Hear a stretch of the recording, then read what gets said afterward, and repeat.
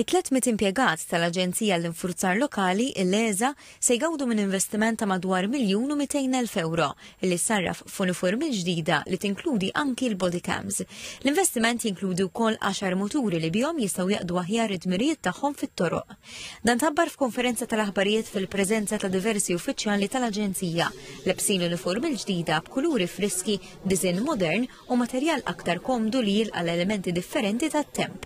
Il-kap eżekuttiv tal-Leza Svetlik Flores spiega kif se jaħdmu l-body cams b'investiment ta' €300,000 fuq 4 snin. Il-body cams jaħdmu b'sistema li huwa dejjem jillupja jirrekordja, però mbagħad il-footage iżomm biss meta il-persuna jafas il-buttuna, ġifieri kif l-uffiċjal jixel ir-recording tal-buttun tal-body cam taqbad ir-recording ta' 2 minuti qabel u tkompli ir-recording għaddej.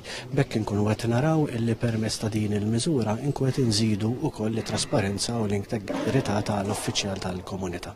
Il-Ministru għall-Internu s-Sigurtà Nazzjonali Byron Camilleri qal li l-introduzzjoni tal-body cams fil-Leza qed issir wara li ġabet suċċess fil-Korp tal-Pulizija. Spjega li mindu daħlu fis-seħħ fl-2021 il-vjolenza fuq l-uffiċjali tal-Pulizija naqset kważi bin-nofs bħalma naqsu wkoll l-allegazzjonijiet kontrihom.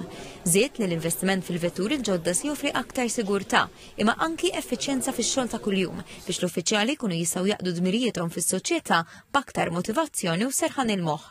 Aparti l-uniformi tnida wkoll logo ġdid u modern. Din il-libsa ġdida l-Leza issir fl-10 anniversarju mit-twaqqif tal-Aġenzija.